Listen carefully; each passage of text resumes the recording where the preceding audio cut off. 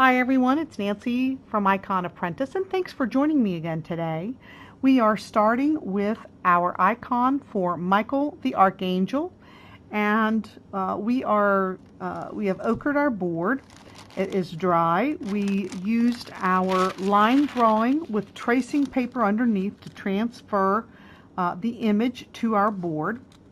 One of the things that I did in my original drawing, I had this staff smaller. The spear was smaller, and when I decided to make this taller, I wanted it to break the border, indicating that Saint Michael the Archangel comes into our world from the spiritual plane. So I extended that a little. You do not have to do that. You can stick with what the line drawing is going to show. But I wanted to let you know that I did do something a little bit different there. The other thing that I did do was I went through, and I'll show you my book.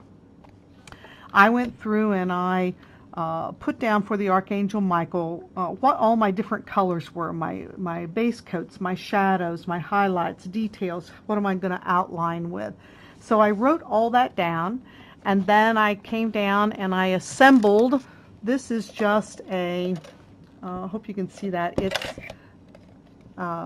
silverware holder with a space in the middle for napkins. So I bought this, and it holds all the paints that I'm going to use for this particular icon, and that way I don't have to look through everything.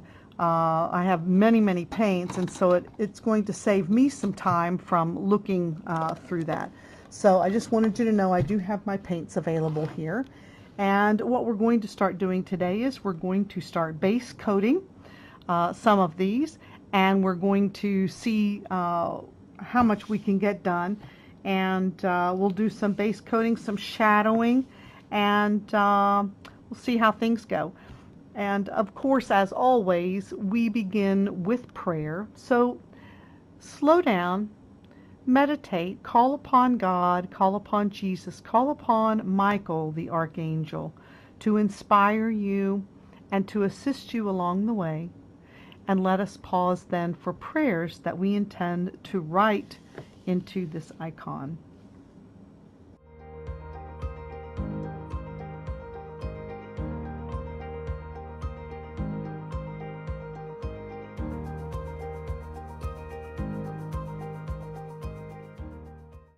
We do need to measure off for our ground. The ground is going to cut about at knee length, so I'll need to measure up for that and mark that off, and we'll put the ground in. And let's go ahead and do that now. And I'm just going to use, this is a T-square, and it's Artist Loft. It wasn't very expensive, so we'll figure out where his knees are, and just about right there. Just use a pencil and just put a small line there.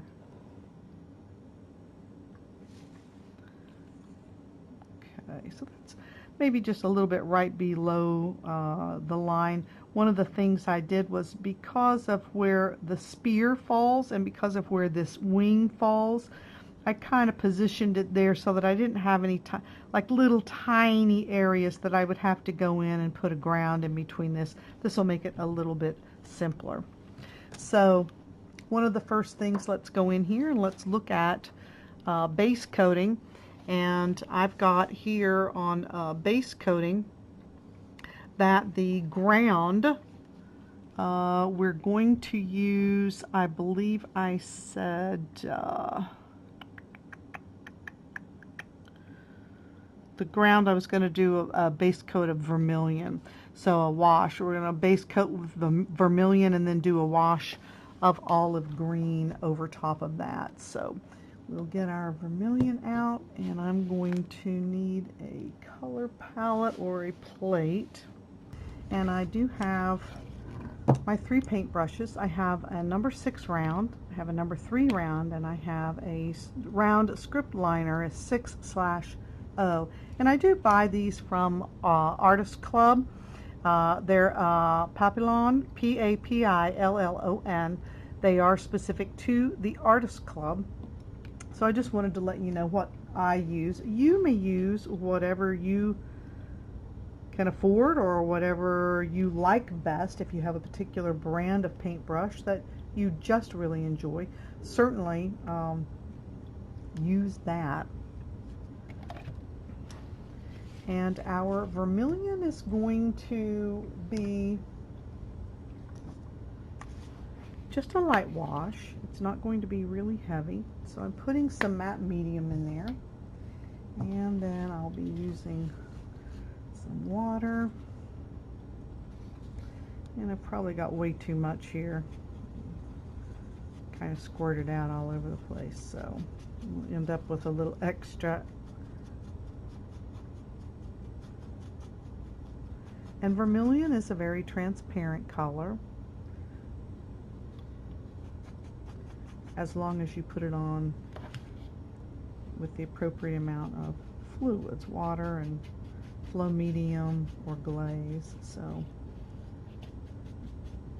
and the matte medium that I put in here will help that Vermillion to adhere to our background. So let's just go ahead and start putting that on.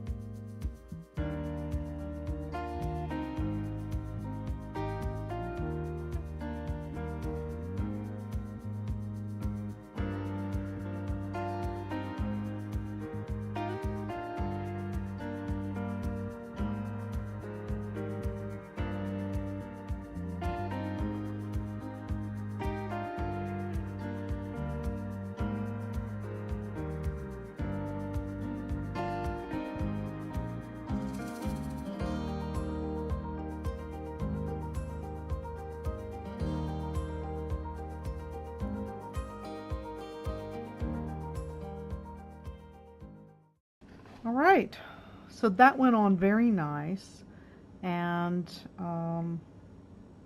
I don't think I'm going to do another coat. I think that's going to look pretty nice. We'll let this completely dry and then I'll see. Maybe I'll do another really light wash and then do the olive green. All right, so let's let that dry. I am going to clean my brush out. And then we are going to put a few dark areas on the wings.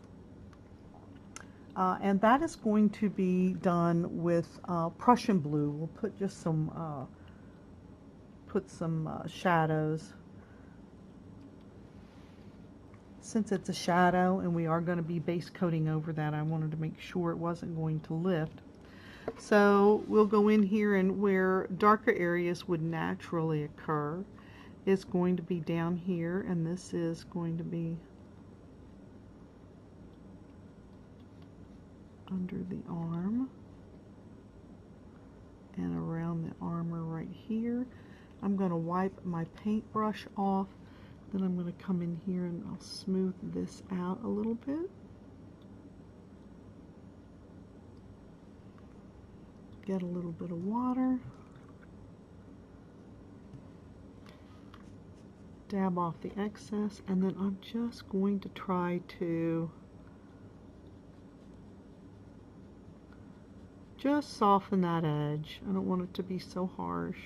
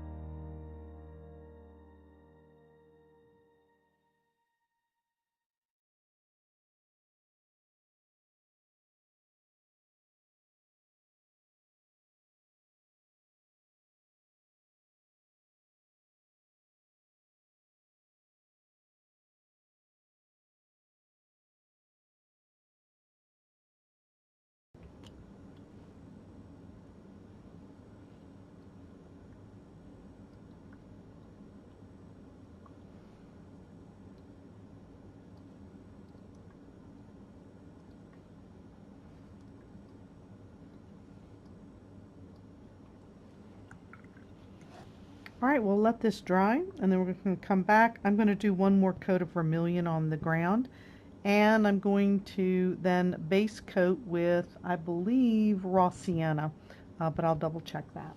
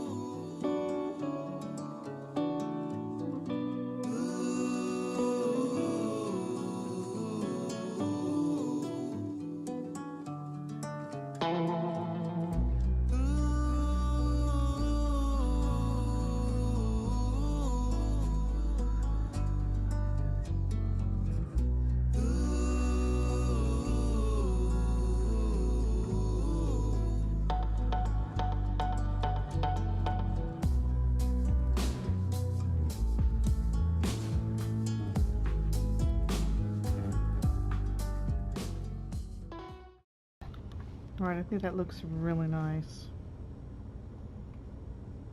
And I do still have some Prussian blue.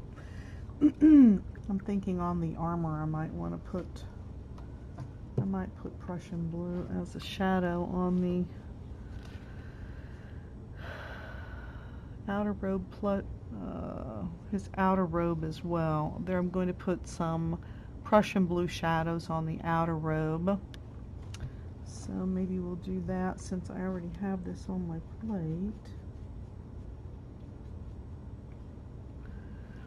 And that is going to be down here, underneath, and just kind of down in the corners.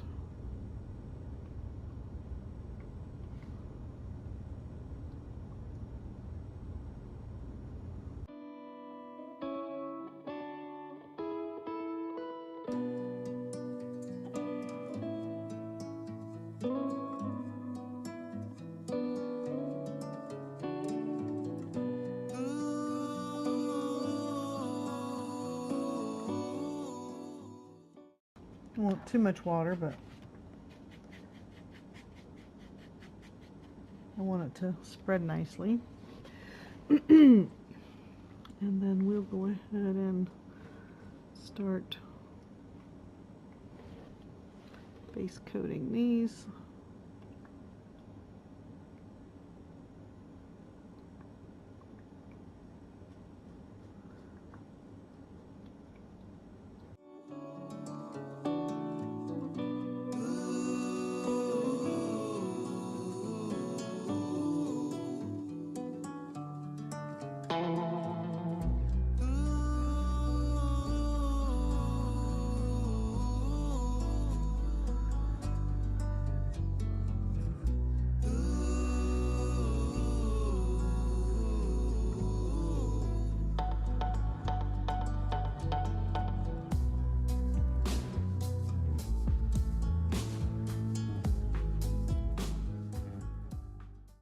Now, I need to go up here. I need to put just a little bit of shadowing in, like right in here in this area.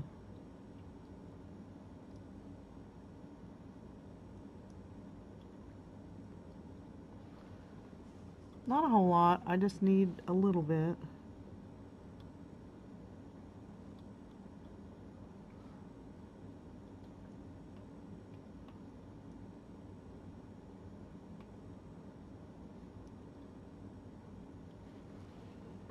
Okay.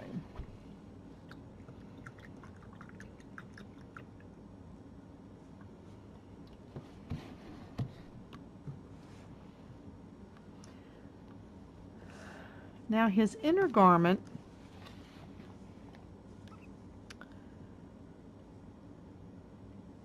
his undergarment is going to be a dark color as well. And I am torn between using the Prussian blue and using a teal green. So I think what I'm going to do is I'm going to put some Prussian blue shadows on this undergarment, which will be this little skirt area right here, inside there, and then the sleeve. And that's all that will be actually blue for him. Oh, and right around the neck. Pardon me. Right around the neck here. So I think I will put some shadows in there.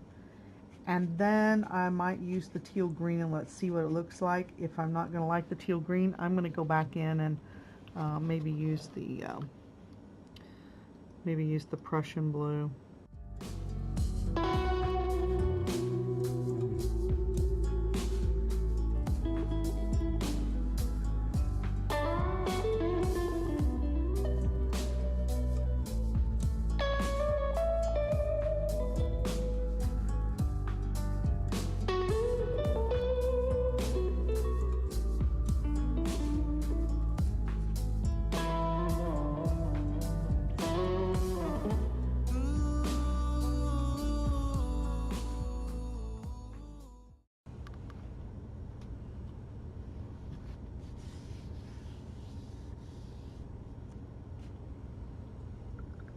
Let's do another coat of the Burnt Sienna on the wings.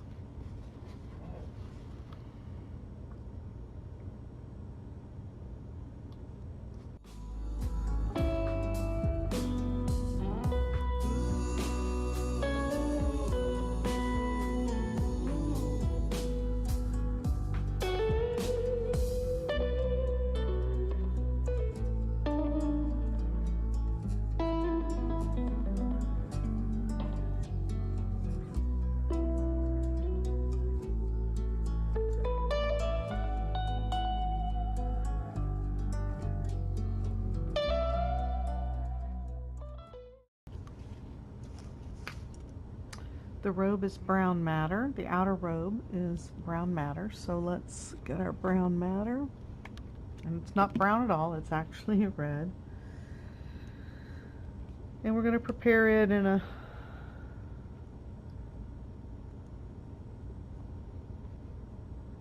very light wash, just exactly the way we did with the other colors. We're using them very lightly this time.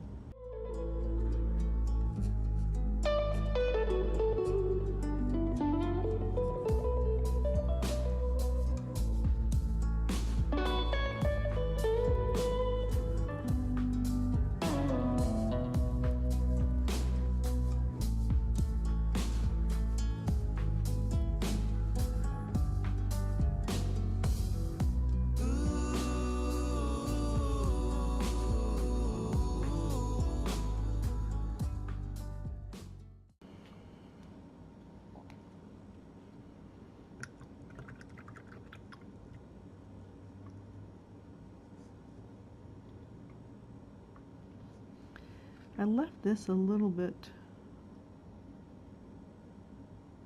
too bright in there, so I'm going to pull that down, pull that color down just a little bit, because that's all in the fold there. Okay, let that dry.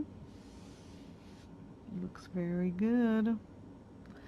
Now the background, before we get too much further, let's go ahead and put in our wash on the background. And the sky behind him, I'm going to do Naples yellow hue. Alright, so I have some Naples yellow hue mixed up with quite a bit of glaze and a little bit of water, and we are going to paint our background that Naples yellow hue. And one of the things that I want to make sure that we do is we want this fairly nice and light. We don't want this to be a really heavy color under here. And that's why I put quite a bit of glaze in here. I want this just to be a very light, transparent color.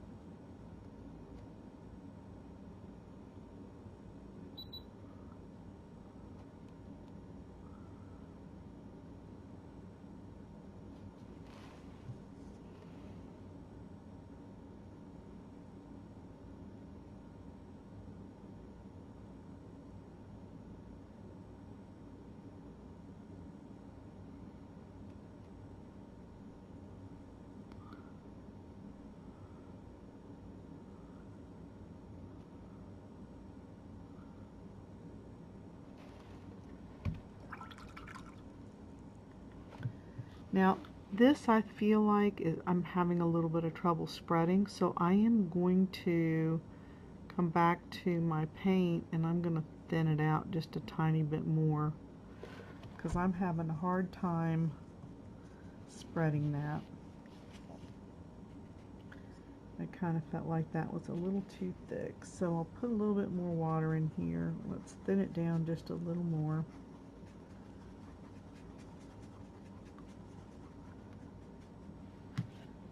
All right. See how that works for us. I think that's going to be better.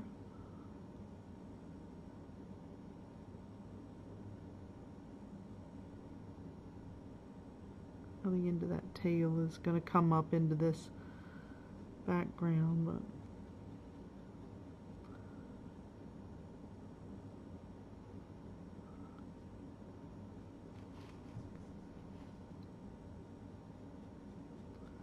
and you know what? I don't know. It's just very streaky, so I'll tell you what I'm going to do. I'm just going to come through here maybe, and I'm just going to blot it. Just like that. I'm just going to apply it, and then I'm going to blot it because it's getting a streaky look that I don't like, and this way I can still have this background color that I really wanted, and it'll look. I'm just going to lay it down really fast.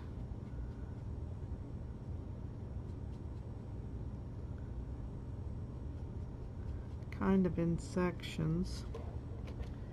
And then I'm going to take my paper towel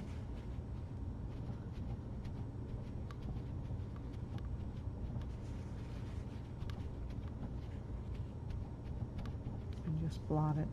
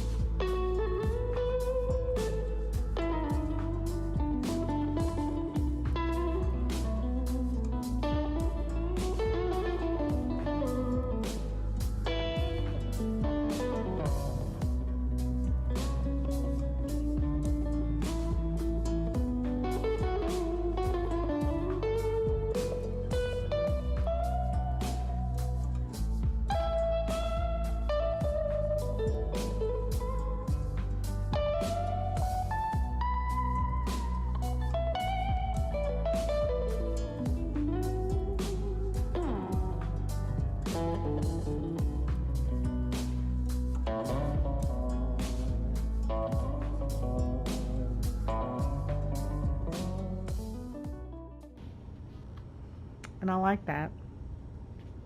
I don't think I really want to do any more to it. I think that's going to be enough. Let's go back and we'll give the wings another coat, and then we'll give the outer robe another coat. So burnt sienna for the wings.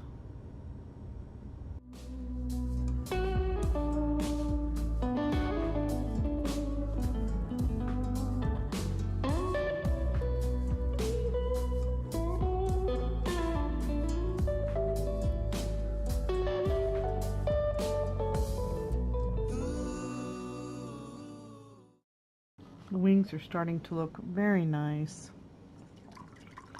And let's do another coat then on the brown madder robe.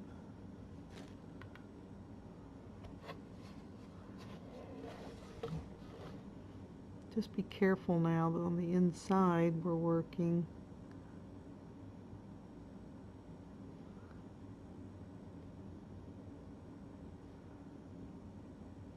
Don't smudge your paint on your wings.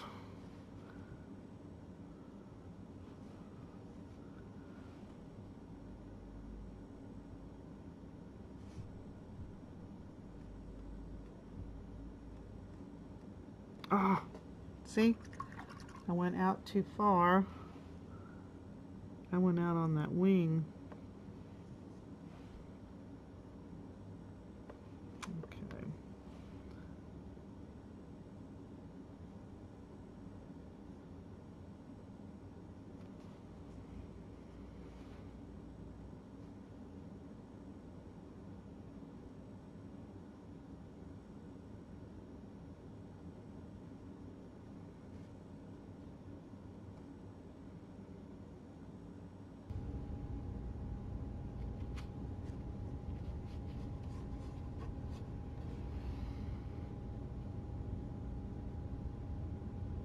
This is like the fourth coat.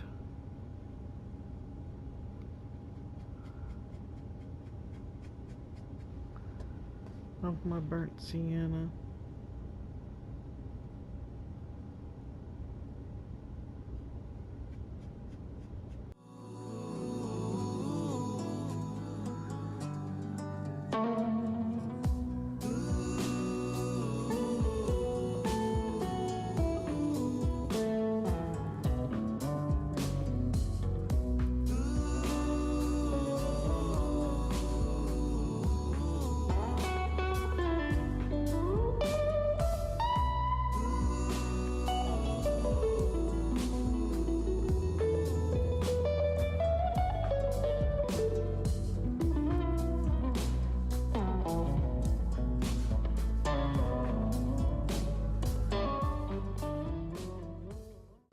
Alright, so let's do the dragon in Raw Sienna. Now that we have our Raw Umber shadows.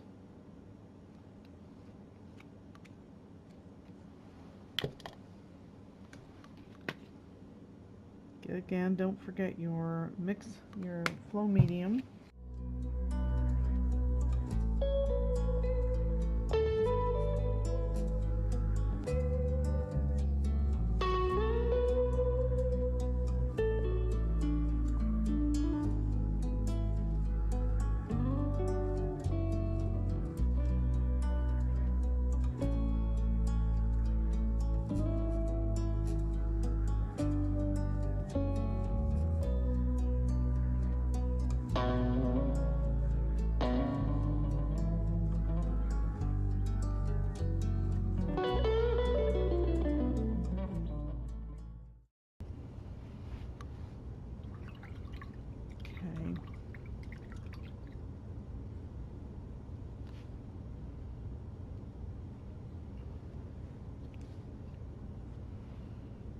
Let's do one more coat on the inner robe. I think we're dry there, yep.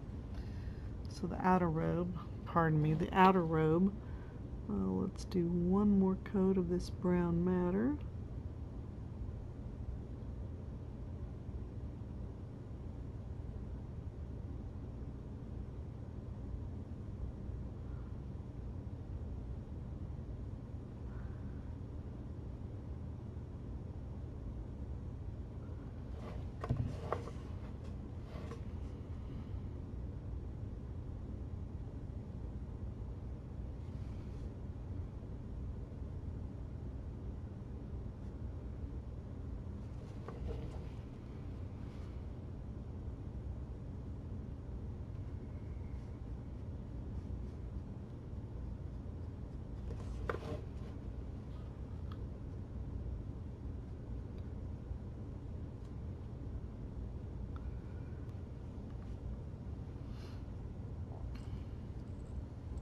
Starting to build up the colors.